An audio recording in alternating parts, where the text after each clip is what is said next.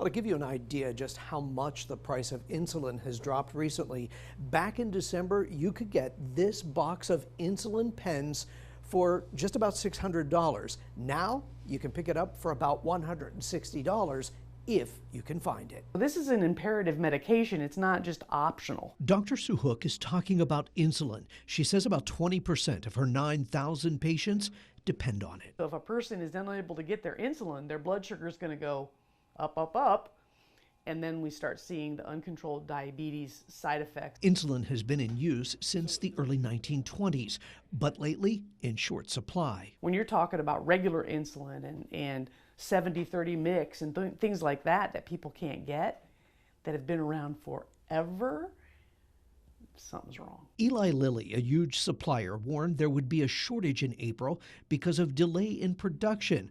Pharmacist at the Fort Myers prescription shop, Rich Lawrence, is seeing it firsthand. Some of them have been very difficult to get.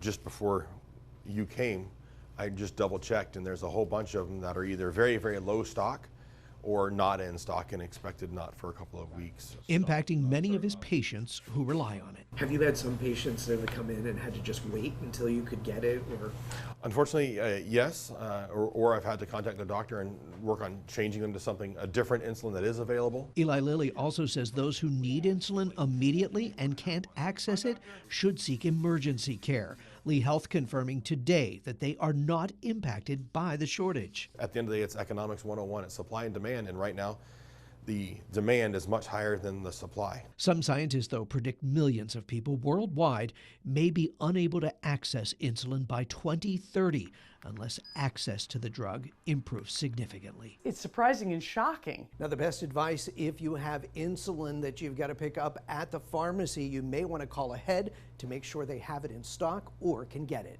In Fort Myers, Dave Elias, NBC2.